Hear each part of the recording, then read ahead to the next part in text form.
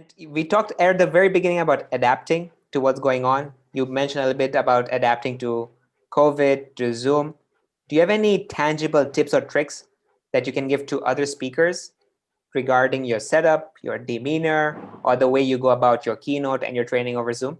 Yeah. Before I talk about Zoom, adapting is really important. I've never met a successful person who's a pessimist. So I think every successful person in any job is an optimist. So when you're told we're all going to have a lockdown, I'm thinking, well, maybe everyone's going to do online training. And when people were furloughed, the only thing they were allowed to do was train. So I could ring a company up and say, look, the only thing you can do is train your people. Would you like me to train them? So I'm always thinking change, it means opportunities. And it's just a question of how do I adapt to that? So you must always be thinking there's probably an opportunity there. And what will they want when they're in that situation? So I do think adapt. But as for Zoom, I've got loads of things I could say about Zoom. Let me think, what would be my top things? Well, firstly, keep it simple. So I experimented with an iPad where I could write and it would come up on the screen and all this.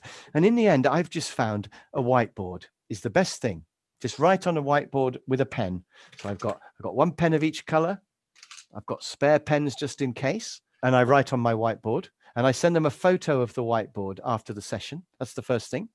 The second thing I do is I start writing here and then I write here and then I write here. Because if I did it the other way, I'd be blocking what I've written. So when I'm writing this, you wouldn't be able to see it anymore. So I do this. And as I come across, when I'm writing here, you can still see everything I've written. And I have a little plan on a piece of paper of what's going to be on the whiteboard before I start. So I know I'm going to have a box here and I'm going to have some points here and I'm going to have a bit coming out. So I make sure that I don't have to rub out because I want them to be able to see it for the whole session, ideally. And I want to be able to take a picture at the end of everything and send it to them. So keeping it really simple. And I love my whiteboard. I bought an artist's easel to put it on. But actually, I think looking back, I think I would buy a whiteboard that is on wheels now because this cost about £90. And for £90, you can buy a great big whiteboard that's on wheels and it can flip over. It has a back as well. So I would get a whiteboard. That's the first thing. The second thing is that if I'm going to do a lot of drawing, I would stand up. So I would be, because you're more dynamic if you're standing up. So I would be writing and talking. But then I found that if I turn away, the sound is not very good. So I decided to get a microphone. And I think if they're going to listen to you for a whole hour, you need to have decent sound. So I've bought this. This is a £50. It's called a Rode Smart Lav. It's a lavalier microphone. It's meant to be pinned here. It's called a Smart Lav. It's £50. But what I found was when I pin it here, like where you've got yours, it doesn't sound as good as here. I mean, yours sounds really good. I don't know how you've done that, Dinesh, but I found when I pinned it wasn't very good. So I've got mine mounted on this.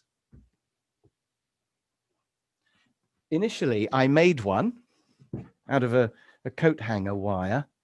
I just wondered whether I could. Oh, you made that yourself? Well, no, the first one I made. Oh, yeah, here it is. I'll actually show it to you. So initially, I made that just out of a piece of coat hanger, just to hook over, But then I found that it wasn't brilliantly comfortable. And in the end, I spent £12 on Amazon buying this. And this is a head-mounted. It was a very cheap head-mounted microphone. And I just cut the microphone off and throw it away because I just wanted the mounting. And the mounting's very springy and light and comfortable. So now I can talk for an hour or 5 hours, no problem at all with just the mic. And so I've just attached my Rode microphone to that because I think sound is really, really important. And then I was thinking to be able to stand up. By the way, I've got a wire. I've looked into having remote microphones, but the problem is you have to recharge the batteries and the batteries might go flat. Also, the sound is not as good. So in the end, I've found that it's actually better just to have a wire. I've got a big long extension wire. It's better to stand up if you're going to write on here. But that means then that your camera needs to be the same height as your eyes, roughly. And that means really you want to rise up your whole desk because otherwise, when you sit back down, you're going to be sort of like this and it's no good.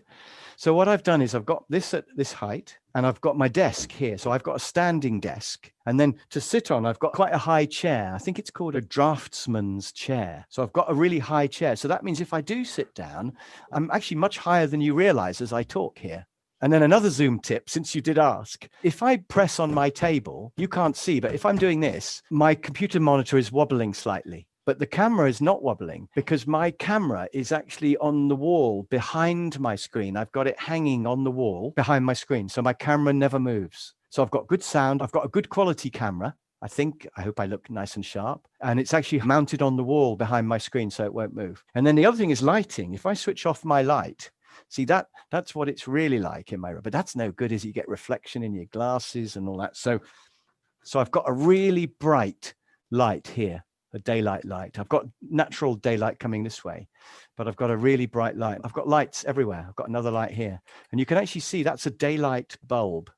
So that would give like a white kind of light if there was nothing coming in from the day in the evenings. So the lighting is worth thinking about as well. All these things are important. And just a final thought, when I'm doing Zoom training, I share my screen to show things. If I wanted to share a diagram of some sort or a PowerPoint or something like that, I don't share just the document. I share the whole desktop. And that means I can just pull things in from the side. I've actually got 4 screens here. You can't see them, but I have.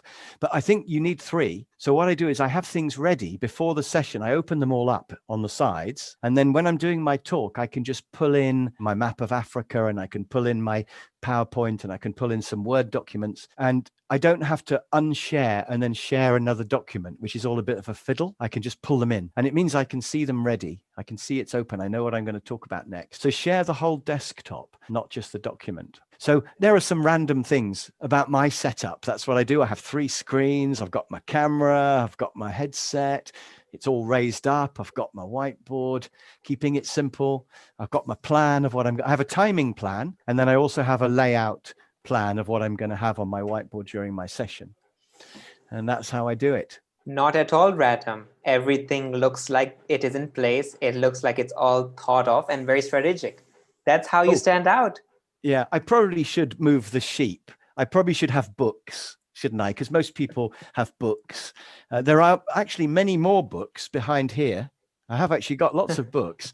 I was given the sheep by my uncle, and it's got sort of sentimental value. So I've sort of, and I suppose it's different. I think it is worth thinking about your background. You don't want your background to be too untidy or too distracting. I'm hoping people get used to the sheep. People very rarely even ask about the sheep, actually, but it is worth thinking about your background. But that's not as important as the lighting and the sound. I mean, they're the key things, aren't they?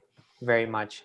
And these are very actionable things. Literally, these are things people can actually go ahead do today to make sure that they are adapting to today's Zoom environment and standing out. Absolutely. Just always see, how do other people do it, and copy the good bits.